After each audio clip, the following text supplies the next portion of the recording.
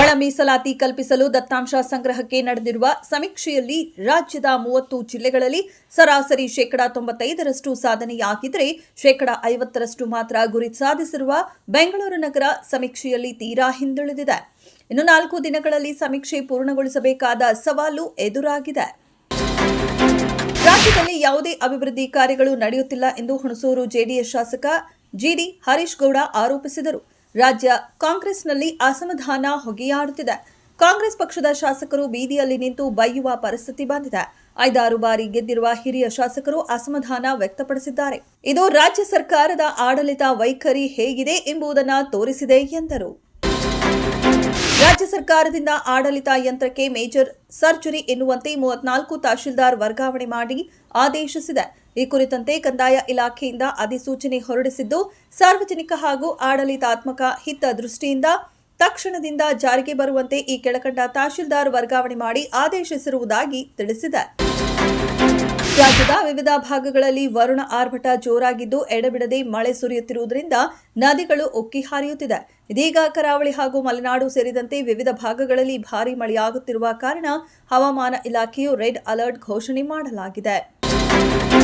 ಬೆಂಗಳೂರು ಪುಣೆ ರಾಷ್ಟ್ರೀಯ ಹೆದ್ದಾರಿ ದಾಬಸ್ಪೇಟೆ ಸಮೀಪದ ಹಳೆ ನೇಚುಕಲ್ ಬಳಿ ನಡೆದಿದ್ದ ಗಲಾಟೆ ಪ್ರಕರಣಕ್ಕೆ ಸಂಬಂಧಿಸಿ ಮಾಜಿ ಕೇಂದ್ರ ಸಚಿವ ಅನಂತಕುಮಾರ್ ಹೆಗಡೆ ವಿರುದ್ಧ ಬಲವಂತದ ಕ್ರಮ ಕೈಗೊಳ್ಳಬಾರದು ಎಂದು ಪೊಲೀಸರಿಗೆ ನಿರ್ದೇಶನ ನೀಡಿರುವ ಹೈಕೋರ್ಟ್ ಆದರೆ ತನಿಖೆಗೆ ಸಹಕರಿಸುವಂತೆ ಹೆಗಡೆ ಅವರಿಗೆ ಸೂಚಿಸಿದೆ.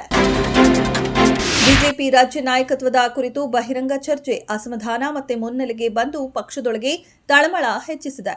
ಇದೇ ಹೊತ್ತಿನಲ್ಲಿ ರಾಷ್ಟ್ರೀಯ ಸ್ವಯಂ ಸೇವಕ ಸಂಘದ ಪ್ರಮುಖರು ಹಾಗೂ ಪಕ್ಷದ ರಾಜ್ಯ ನಾಯಕರ ಜಂಟಿ ಸಭೆ ನಿಗದಿಯಾಗಿರುವುದು ಮಹತ್ವ ಪಡೆದುಕೊಂಡಿದೆ.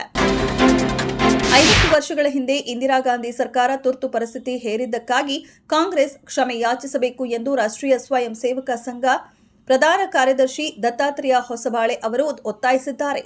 ಸಂವಿಧಾನದ ಪೀಠಿಕೆಯಲ್ಲಿ ಸೇರಿದ ಸಮಾಜವಾದಿ ಮತ್ತು ಜಾತ್ಯತೀತ ಎಂಬ 2 ಪದಗಳನ್ನು ತೆಗೆದುಹಾಕಬೇಕೆಂದು ಬಲವಾದ ವಾದ ಮಂಡಿಸಿದರು.